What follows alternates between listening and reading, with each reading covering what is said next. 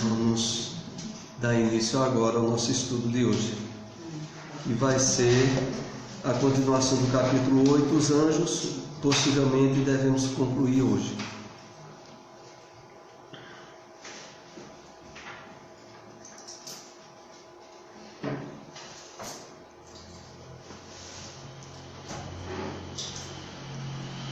Vamos ver aqui no livro Palavras de Vida Eterna, capítulo 63, um parágrafo dele. É natural estejamos nós sob a carga de avelhantados problemas. Herdeiros de passado culposo, é preciso revisar as próprias tendências e ajuizar quanto às nossas necessidades, para que não estejamos tateando na sombra. Contudo, se aspiramos a melhorar amanhã, é forçoso sermos melhores ainda hoje. Então vamos fazer aqui algumas reflexões para aprofundar o que Emmanuel aqui nos traz. É natural estejamos nós sob a carga de avelhantados problemas, herdeiros de passado culposo. Vou analisar até aqui. Então, com a doutrina espírita, nós tomamos conhecimentos que há um passado das nossas experiências encarnatórias anteriores, que, por não nos lembrarmos dele, não significa que ele tenha sido apagado. E aqui Emmanuel usa uma palavra pouco comum, que é essa palavra avelhantados, justamente porque tem vários sentidos o que ele quer dizer a gente. É um passado velho que, em termos de experiência, deve ser trabalhado não para repetir experiências erradas, mas justamente para evitá-las. E nisso o caminho que a doutrina espírita nos apresenta do autoconhecimento, de sabermos que somos espíritos cuja natureza não tem nada a ver com o mundo material, que estamos num corpo, numa viagem temporária e transitória, tudo aquilo que paulatinamente a doutrina espírita vai nos dando de informação é material para que a gente trabalhe esse passado, resolva ele, evite que ele nos leve a tomar atitudes impensadas ou instintivas, repetindo falhas e erros que já cometemos. Porque para as pessoas que não se percebem ainda como sendo espíritos temporariamente no corpo e que projetam toda a sua realidade na vida física, elas se submetem e normalmente ocorre a repetição de erros. Justamente porque passa ainda a predominar muito nela as atitudes instintivas, irrefletidas, impensadas, e que normalmente tem assim uma causa no inconsciente, que é onde está esse passado. Para que a gente erre menos, para que a gente aproveite melhor a nossa atual encarnação, nós temos que estar o máximo espíritos conscientemente acordados. Temos que estar assumindo a diretriz do que a gente pensa, do que a gente sente, e nunca agindo ou tomando atitudes sob impacto ou sob crises, onde a gente normalmente age sem pensar, porque facilmente, quando isso se dá, a gente repete erros. Então, Emmanuel aqui, voltando ao texto, diz: herdeiros do passado culposo. Cada um de nós é herdeiro do seu próprio passado, o qual tem que ser devidamente resolvido. É preciso revisar as próprias tendências e ajuizar quanto às nossas necessidades, para que não estejamos tateando na sombra. Daqui a gente pode, inclusive, tirar outras deduções muito lógicas sobre isso. Primeiro, a grande massa da humanidade que vive de forma materialista vive tateando na sombra, na escuridão,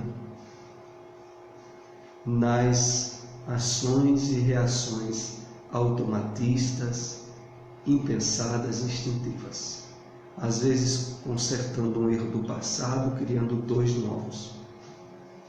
E acaba, claro, normalmente, tendo uma experiência encarnatória que no final, quando faz o balanço, lembrar que a gente está em fim de ano, o déficit e o lado negativo predomina mais do que o positivo, face à ausência de valores espirituais que a pessoa não trabalhou. Contudo, se aspiramos a melhorar amanhã, é forçoso sermos melhores ainda hoje. Essa última frase aqui de Emmanuel, que ao mesmo tempo é verdadeira e ao mesmo tempo ela tem assim uma figura de linguagem português que Emmanuel usa muito, que é que caracteriza uma certa malícia, uma certa forma de colocar para chamar a atenção. Como é colocado aqui: se aspiramos melhorar amanhã, é forçoso sermos melhores ainda hoje.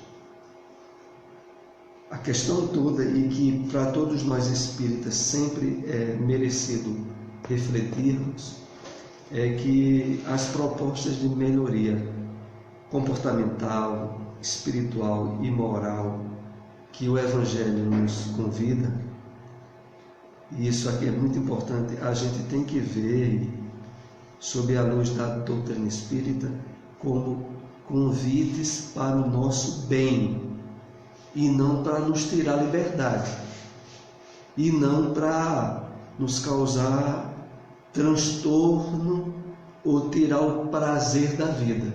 Pelo contrário, porque em verdade as pessoas que não têm a noção do que o Cristo ensinou à luz da doutrina espírita, vê nas posições, posturas exemplificadas e ensinadas pelo Cristo como barreiras, desafios, dificuldades para resolverem.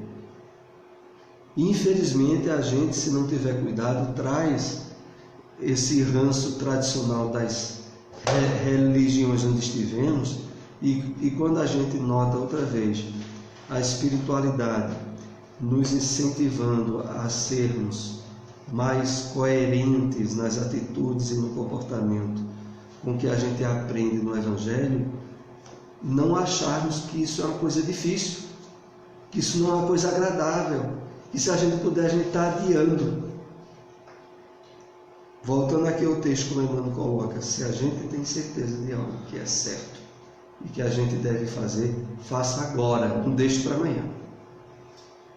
Essa história de propor melhorias de comportamento, superar vícios, superar imperfeições morais mais para frente, no caso nosso de espíritas, é um absurdo.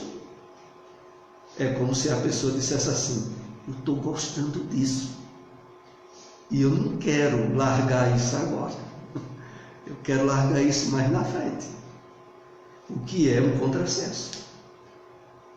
Então Emmanuel aqui diz: se aspiramos a melhorar amanhã, se a gente tem alguma ideia de melhora de atitudes, de comportamento que devemos resolver mais adiante, resolva agora, não bote para mais adiante não, porque é incoerente.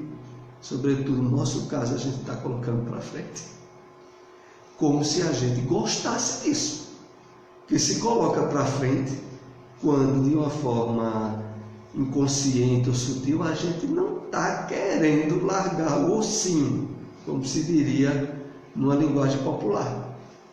A gente está agarrado num ossinho, que pode ser uma atitude, um comportamento que ainda nos traz satisfação, mas que a consciência nossa não acha coerente, e a gente não quer resolver.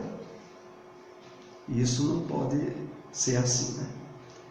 Então, esse está no capítulo 63, esse texto do livro Palavras de Vida Eterna. Então, vamos aqui outra vez continuar o nosso assunto sobre o céu. E o primeiro slide do livro diz o seguinte: a alma pouco a pouco se desenvolve, aperfeiçoa e adianta na hierarquia espiritual, até o estado de puro espírito, ou anjo. Os anjos são, pois, as almas dos homens chegados ao grau de perfeição que a criatura comporta, fruindo em sua plenitude a prometida felicidade.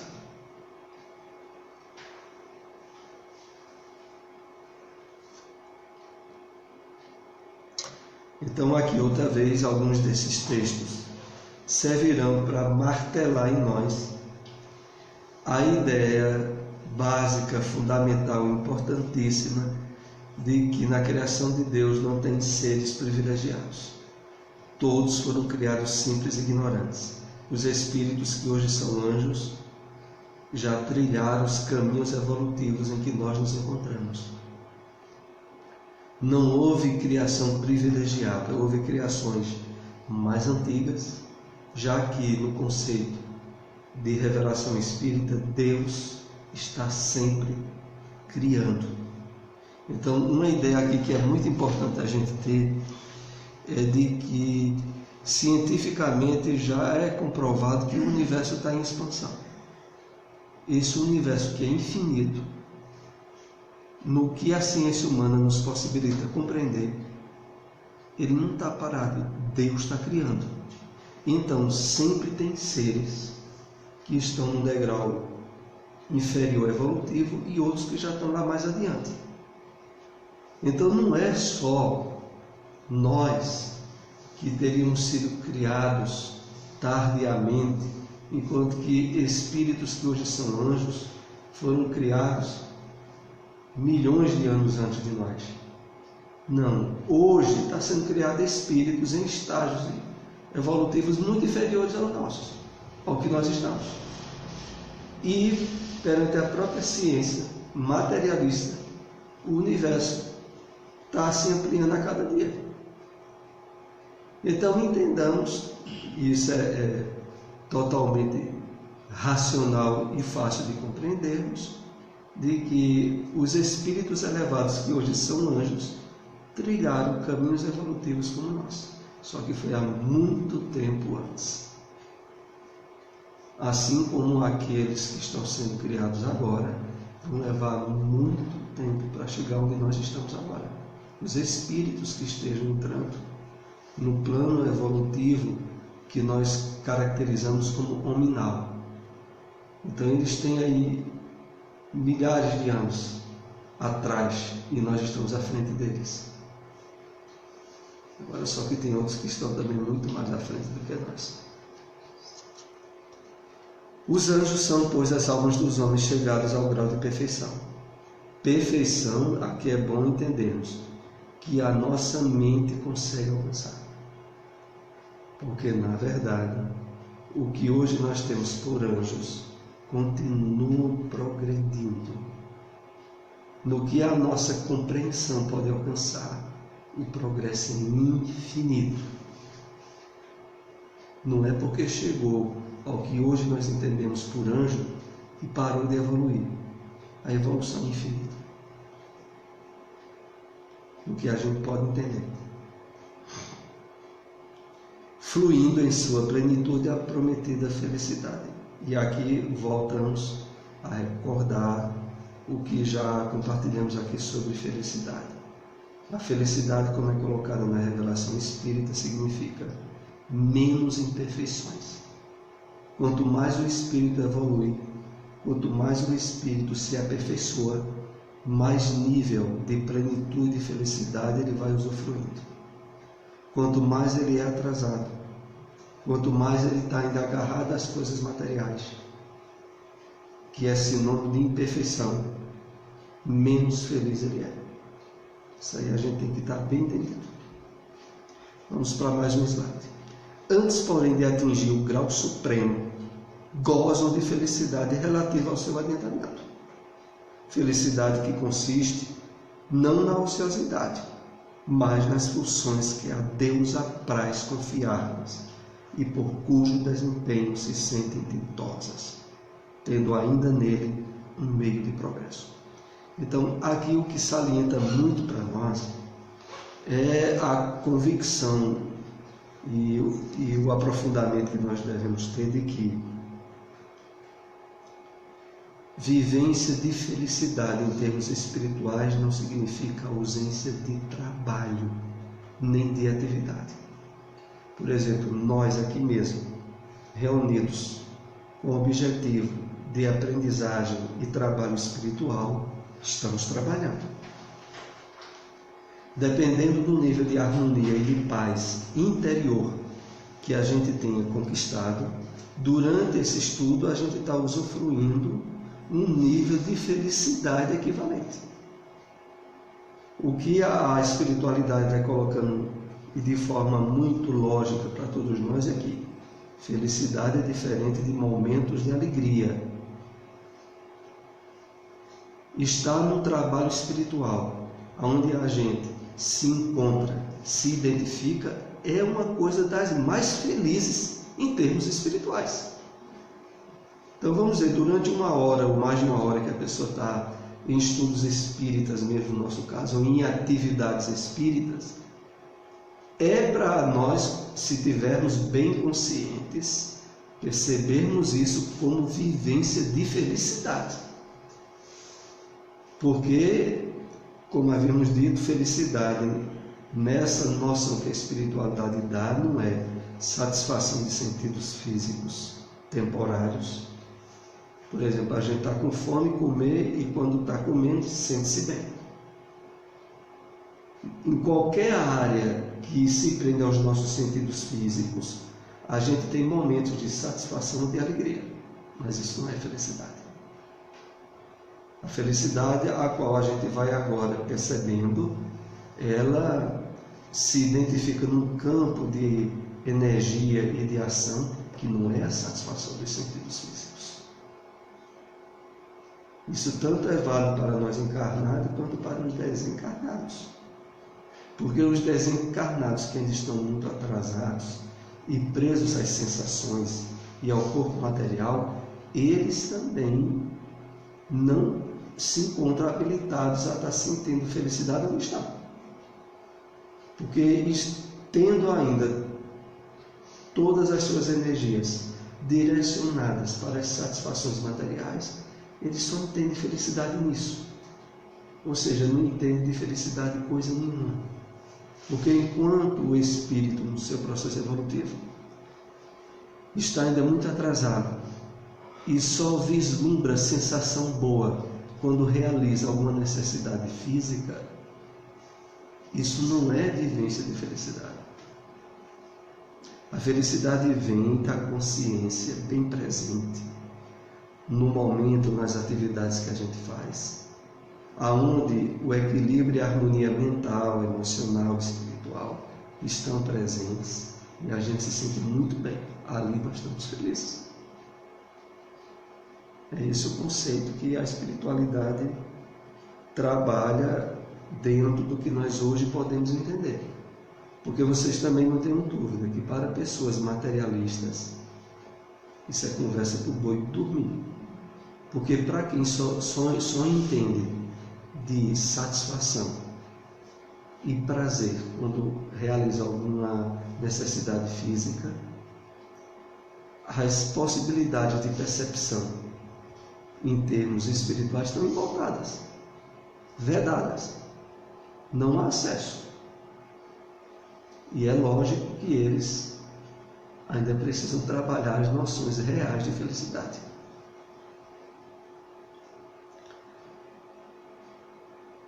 Então, no final aqui, quando diz, por cujo desempenho se sentem ditosas, tendo ainda nele um meio de progresso. Então, por exemplo, quando nos é mostrado nos livros da série André Luiz, Alexandre, Buber e outros espíritos elevados, trabalhando em equipe com André Luiz e outros espíritos, em diversos lugares ali na espiritualidade, eles estão vivenciando o que é a felicidade possível no nível espiritual em que ele está.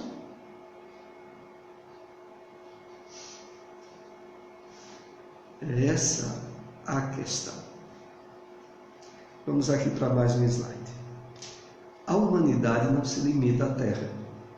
Habita inúmeros mundos, que no espaço circulam. Já habitou os desaparecidos e habitará os que se formarem. Tendo-a criado em toda a eternidade, Deus jamais cessa de criar. Separamos esse texto que está nesse capítulo dos anjos, no livro Céu e Inferno, justamente para fazer um comentário bem atualizado, com um certo nível de expectativa desagradável que houve em relação àqueles tocinantes. Porque, vejam, na perspectiva espiritual, pode acabar com a Terra que não atinge o lado espiritual. Nós seríamos deslocados para algum mundo no nível em que a gente merece e teria condições de aprimorar-se. A vida, em termos humanos, no nível exato em que a gente está na Terra agora. Tem inúmeros outros planetas. Não estão no sistema solar, mas existem. E as leis que atraem os espíritos aos planetas é a lei das frequências vibratórias do nível evolutivo deles. Então, para o espírita, o espiritualista, que é bem esclarecido nessa área, problema nenhum. Vão acabar com a Terra, com a bomba atômica? Fazer o quê? Desde que a gente não pode impedir, se a gente pudesse impedir, impediria. Mas se não pode impedir, é não achar que isso significaria impossibilidade de vida espiritual para a gente. Ô Soares, segundo os cientistas, daqui a cerca de 25 milhões de anos, o Sol vai se, como se diz, vai se apagar, né? Exatamente. E segundo os cientistas, a Terra vai ser destruída. Quer dizer, todas as vidas que tiver... Como já ocorreu com diversas outras terras ou planetas que Isso. Aí o cientista diz, mas que vocês não se preocupem, não fiquem com medo, que antes disso acontecer, não haverá mais vida no planeta, não vai ter mais pessoas para presenciar isso, né? Mas daqui para lá a gente não for anjo, a gente está atolado. E pela quantidade de milhões de anos que tem pela frente. Exato, né? Se não tivesse tornado anjo daqui para lá, tem que mandar para uma terra de desterro. Anos, mas na verdade, não é nada, isso passa rápido, né? A gente aqui é tão atrasado que não percebe que isso aí é uma coisa bem. Então aqui o texto diz, salientando esse aspecto, tendo-a criado de toda a eternidade, Deus jamais cessa de criá-la. Criá-la o quê?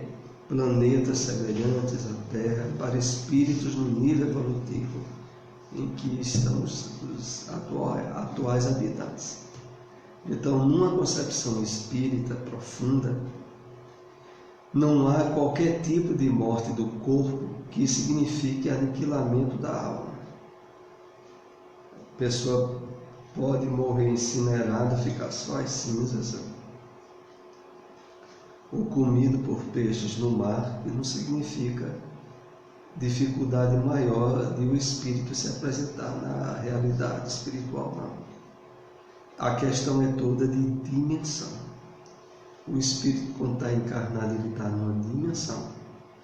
E quando ele está desencarnado, ele está noutra dimensão.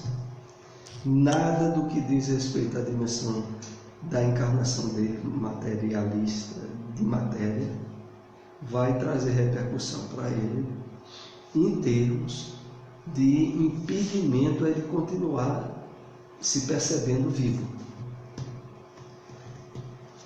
Vamos ver mais um slide. muito antes que a Terra existisse, e por mais remota que a suponhamos, outros mundos havia, nos quais espíritos encarnados percorreram as mesmas fases que ora percorre os de mais recente formação, atingindo seu fim ante mesmo que houvéramos saído das mãos do Criador. O que a gente ainda precisa muito trabalhar em nós em termos espirituais é a desidentificação da vida como estando no corpo. Porque, na verdade, não é brincadeira a quantidade de encarnações que a gente teve, onde o psiquismo nosso identificava a vida no corpo, foi todas as encarnações até a presente. E na medida em que a nossa mente projetava vida como estando no corpo, isso deixou marcas profundas na nossa mente. Hoje, quando em termos de esclarecimento, de raciocínio, nós começamos a trabalhar o entendimento da vida de uma forma a não se identificar com o corpo, a gente está fazendo um trabalho de formiguinha para desmanchar as impregnações psíquicas incorretas que a gente teve até agora. Porque as impregnações que a gente teve foi de achar que a vida estava no corpo. Não é por acaso que possivelmente muitos de nossos pais, pelo menos eu já ouvi muito essa história, até mesmo em casa, de minha mãe, era: morreu, acabou-se. A vida é essa aqui, é o corpo. Se acabou o corpo, morreu o corpo, acabou a vida. Ora, se muita gente, praticamente da geração próxima à nossa, tinha isso muito impregnado, imagine encarnações passadas, como é que a gente se identificava. Porque, inclusive, isso tem muito a ver com a fase prolongada que vivenciamos na área instintiva. O instinto mesmo animal está muito ligado à identificação total com o corpo. E nessa identificação, a pessoa, o espírito encarnado, marcou isso muito forte. Isso não se apaga. E agora a gente tem que fazer um trabalho. É por isso que o Espiritismo ele incentiva tanto a questão da vivência da caridade, de a gente ter atitudes no campo material em termos de fazer o bem, de desprendimento. Porque a gente, por exemplo, quando a gente, de fato, a gente investe bens ou valores que teriam repercussão material para nós, em prol de ajudar outras pessoas, isso é um trabalho de desmistificação do engano que a gente sempre teve em dar valor muito ao corpo e à matéria. É por isso que o Espiritismo trabalha muito em cima de só a salvação através da caridade. Fora da caridade não há salvação. Exatamente no sentido de que é na vivência do bem que a gente vai, de fato, impregnar o psiquismo nosso de um material novo. Só impregna realmente de material novo na medida em que a gente toma ações e atitudes no mundo material que vai de encontro ao que antes a gente acreditava.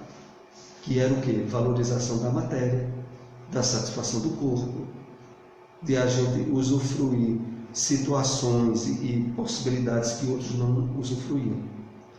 Então, só quando a gente vai de encontro a isso, sempre que a gente pode, a gente está, de fato, se espiritualizando.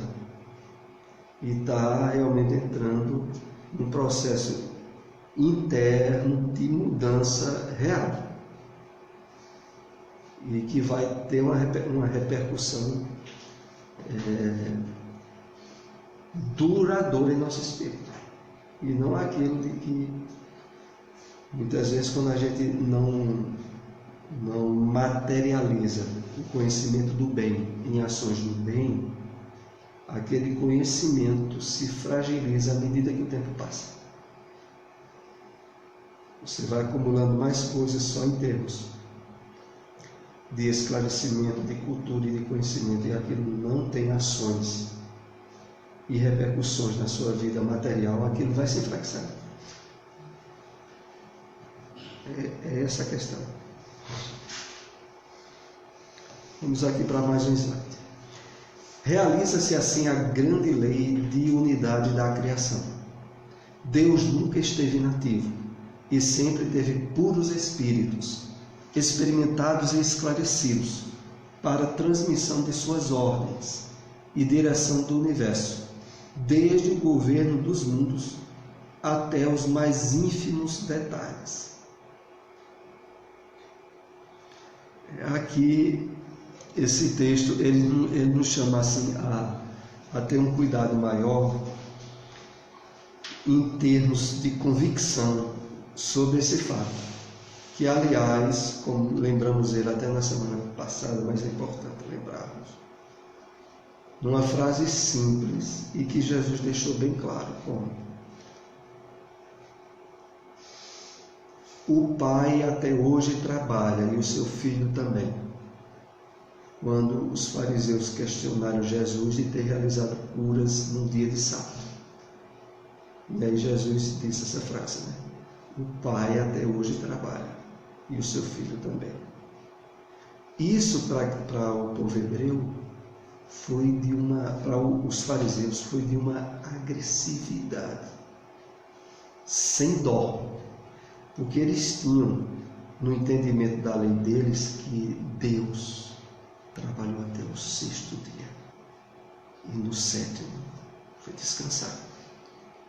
E aí vem um cara dizendo na cara deles que Deus não descansou dia nenhum. O Pai até hoje trabalha o Filho. Então, porque Jesus disse muitas frases de impacto para agitar mesmo o ânimo daquele povo, né? Que estava muito agarrado aos textos literais das escrituras que eles tinham. Mas isso traduzindo para nós mesmos, para a nossa realidade atual, porque a gente ainda traz uma consciência maldita de achar que ócio, não trabalhar, é sinônimo de viver bem ou de estar feliz. E isso tem que ser tirado da gente, porque no conceito espírita cristão que o próprio Cristo falou, não é assim não. A gente pode e deve usufruir níveis de felicidade e de paz trabalhando em ação, em serviço, e desmistificar a ideia de que não trabalhar é coisa que deveríamos estar ansiosos de viver assim. E assim, o que nos leva a entender dessa frase e desse costume do povo hebreu, de que Deus trabalhou até o 6º dia e o 7º dia descansou, é que Deus é homem, né? Que só quem descansa são seres humanos, pessoa, é matéria frágil. É porque era o conceito antropomórfico. Meu Deus, até hoje, pronto, teve um sábado, um cidadão foi lá montar um móvel com uma senhora que mora em frente à minha casa, e o camarada chegou lá, perdeu a viagem. A mulher disse que hoje nem recebe, nem trabalha, nem faz nada, porque ela também não isso. Aí eu estava pensando, meu Deus, mas a gente tem que aceitar as pessoas falecendo, né? Mas eu sou muito compreensivo nisso, porque eu mesmo frequentei por quase 2 anos a Igreja Adventista do 7º dia. E mesmo não tendo me batizado, mas eu já observava o sábado rigorosamente.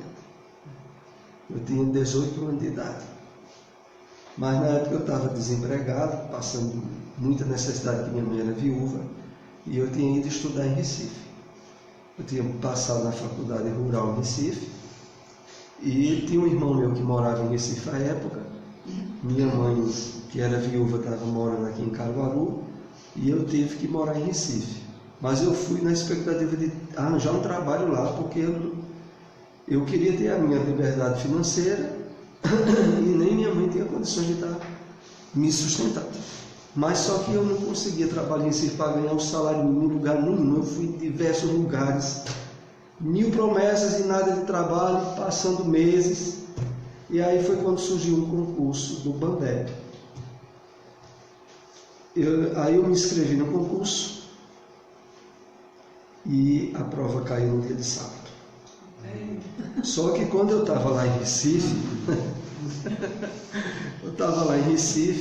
e estava na casa do meu irmão, mas assim, sem ter condições financeiras, com 18 anos eu me sentia arrasado nisso. E aí quando caiu a prova num deles, eu me lembro quando um dos meus irmãos, eu tenho dois irmãos, um deles me disse: e agora? Quero ver se tu vai deixar de fazer o concurso. E só quem era adventista? Só eu na minha família que se meteu a ser religioso. Os meus irmãos sempre foram meio agnósticos. Um pouco menos, mas o outro mais. Tem um que se tornou quase que ateu, assim, porque ele foi estudar em seminário para ser padre, e no seminário ele viu tanta coisa absurda que ele nem quis ser mais padre e tomou uma aversão muito grande pela igreja. E aí eu pensei, eu disse: rapaz, mas eu fui para a prova. Mesmo não gostando um pouco da questão, mas eu disse: não, eu vou para a prova. E fiz a prova e passei no concurso. Foi quando eu comecei a trabalhar em banco. Eu tinha 18 anos de idade. Mas aí, veja, eu conheço bem essa questão e é muito delicada.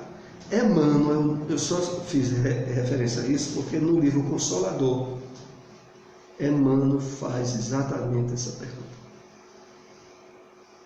O sábado do quarto mandamento deve ser observado pelos cristãos e pelos espíritas? Colocada essa pergunta lá para Emmanuel. E Emmanuel dá a resposta que, indiretamente, eu tinha ideia dessa resposta, mas eu não tinha visto essa resposta no texto, tal como Emmanuel colocou. E Emmanuel, o que é que Emmanuel disse? Tem uma carta de Paulo na Bíblia aos Hebreus, onde o apóstolo Paulo faz referência ao sábado. E a princípio, literalmente no texto, ele dá a entender que os cristãos eram para observar o sábado. Porque Paulo diz mais ou menos o seguinte, está na carta aos Hebreus: resta, pois, um repouso para o povo de Deus, e quem de fato entrar nesse repouso descansará de suas obras. É mais ou menos essas as palavras que Paulo botou.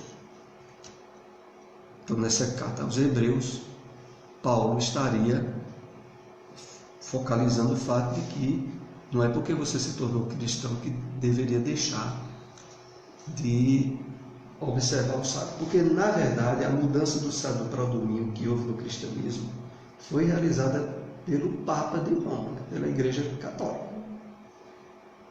Na igreja primitiva cristã, que é relatada na Bíblia, eles continuaram observando o sábado. A princípio. Eles não passaram a observar o domingo. Por que é que o domingo, por exemplo, é feriado civilmente em nosso país? Por causa da Igreja Católica.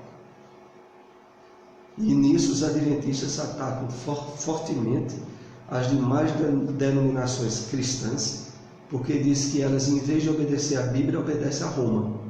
Se dizem reformistas por não aceitar a Igreja Católica, mas se submeteram ao dia santificado pela Igreja Católica, porque acabou a Igreja Católica santificando o domingo.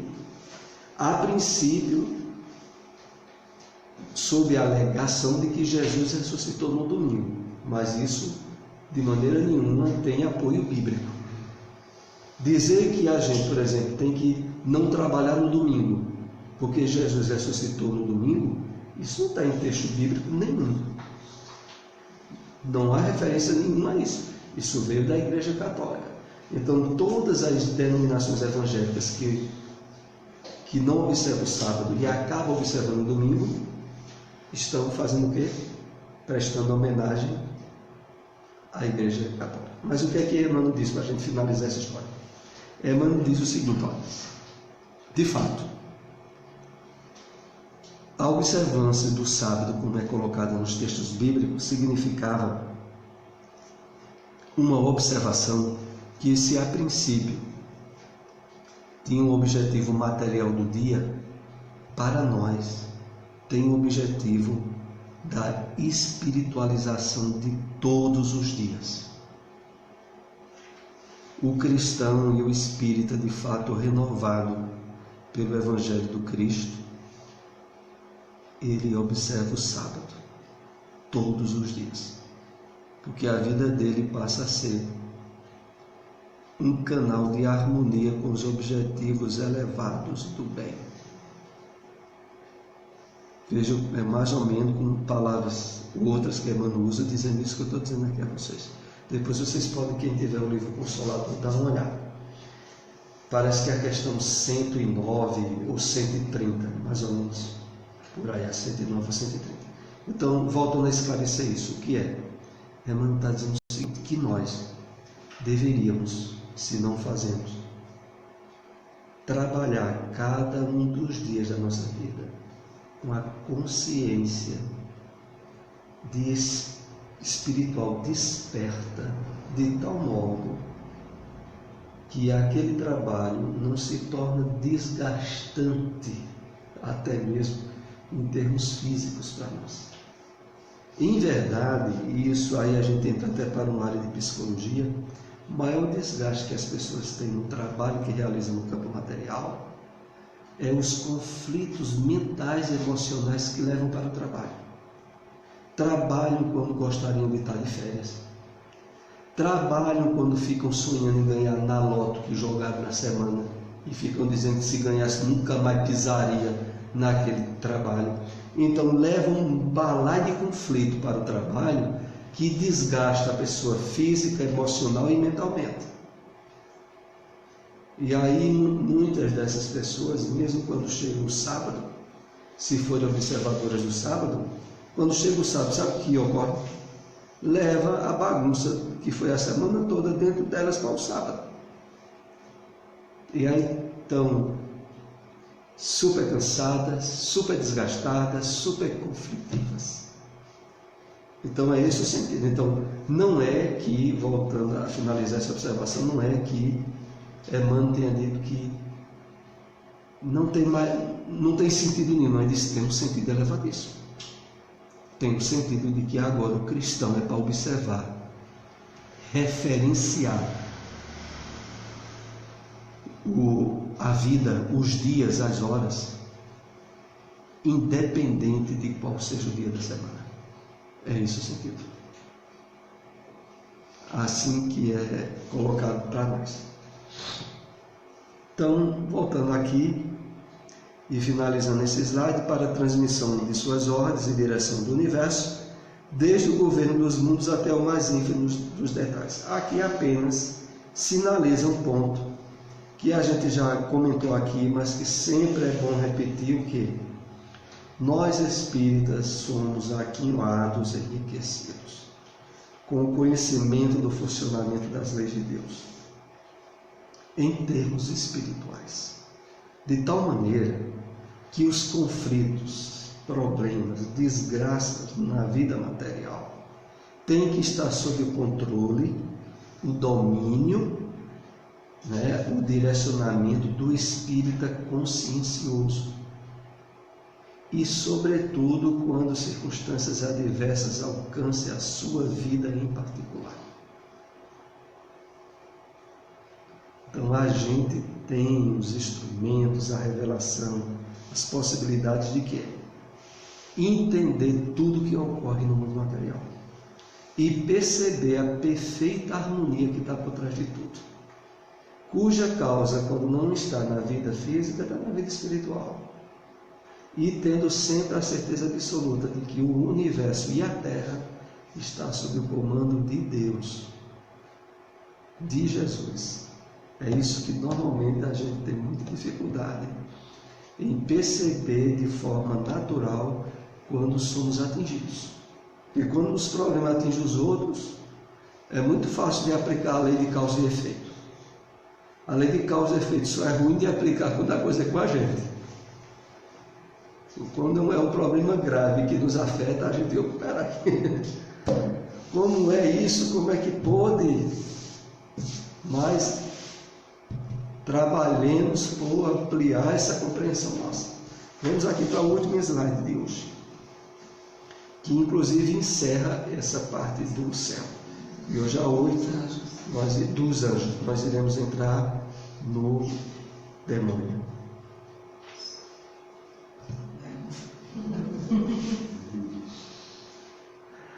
Tampouco teve Deus necessidade de criar seres privilegiados, isentos de obrigações. Todos, antigos e novos, adquiriram suas posições na luta e por mérito próprio. Todos, enfim, são filhos de suas obras. E desse modo completa-se com igualdade a soberana justiça do Criador. Então, criação de seres privilegiados nenhum, ninguém isentos de obrigações. Então, é quando muitas vezes se fala logo, e existe certa controvérsia, que aqui pelo menos eu vou abrir um parênteses com o nosso estudo. Por exemplo, tem pessoas e tem livros dentro da área espiritualista e até espírita que, por exemplo, diz que Jesus Cristo teve uma evolução em linha reta, o que poderia aparentar uma criação melhorada. A questão toda, e é mais compreensível quando a gente analisa pelo livro A Caminho da Luz de Emmanuel, que relata na sua introdução no primeiro capítulo, que antes do Cristo encarnar na figura de Jesus, no povo judeu, houve uma reunião de Cristos junto ao sistema solar, do qual Jesus era do qual Cristo era o Cristo que foi Jesus, era um dos participantes. Então aí a gente começa a ver o que? Havia vários outros espíritos no mesmo nível do Cristo, e que fizeram sua caminhada evolutiva em outros sistemas bilhões de anos antes de nós, mas sem criações privilegiadas. O que a gente tem que realmente tirar da cabeça é de que Deus criou seres, alguns melhores e outros piores. Com essa visão como se diz, fomenta aquela ideia dos anjos privilegiados, né, da Igreja Católica. Exatamente. Então, todos, antigos e novos, adquiriram suas posições na luta e por mérito próprio. Todos, enfim, são filhos de suas obras. E desse modo completa-se com igualdade a soberana justiça do Criador. A questão toda que às vezes a gente tem que trabalhar conosco mesmo é que quando a gente fala sobre essas questões de revelação espírita e que alcança essa compreensão sobre o Cristo, muitos espíritas ficam até com certo medo. A gente vai poder considerar que Jesus tenha tido imperfeições?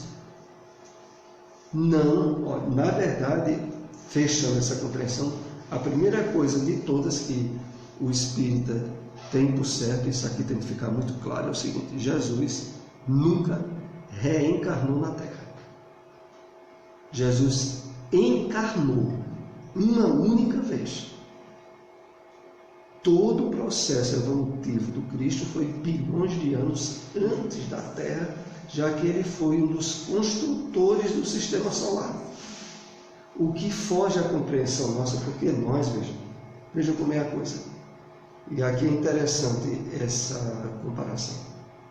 Nós temos dificuldade de entender o seguinte: como é que um espírito constrói um planeta? Como é que Jesus pode ter construído um planeta? A gente fica às vezes uma certa dificuldade de entendimento do processo daquilo. Né? Mas vejam, uma comparação que talvez simplifique isso. Quando a gente se coloca, por exemplo, de frente de um prédio de 200 andares que tem arranha-céus no mundo, de um tamanho absurdo. Quando a gente se coloca de frente a um prédio desse, diz, puxa, isso foi criado pelo homem, como é que pode? Muitas vezes o arquiteto, o engenheiro que projetou aquele prédio imenso, pode ter sido um principal, que teve outros engenheiros acessórios, que teve outros mestres de obra, que teve outros pedreiros. Agora o cabeça fundador pode ter um cabeça maior, um engenheiro altamente experiente, que foi quem fez realmente a dedução de toda a realização daquilo. É o que ocorre em relação ao Cristo ter formado o sistema solar, a Terra e outros planetas aí. Onde a gente começa a entender que não quer dizer que ele, por si só, que ele não teve assessores e outros espíritos e outros, até a constituição do ordem como nós encontramos e que deu início à caminhada evolutiva do homem na Terra. Então a gente tem que ter esse entendimento de que realmente a nível que a compreensão mental e psíquica nossa não alcança, realizações, criações no universo, a qual Deus utiliza de espírito sobre as suas ordens, para fomentar tudo isso que existe aí. Vamos interromper aqui o nosso estudo e de hoje a 8, se Deus nos permitir, continuarmos com o estudo do livro Céu e Inferno. Vamos para a prece. Senhor Deus,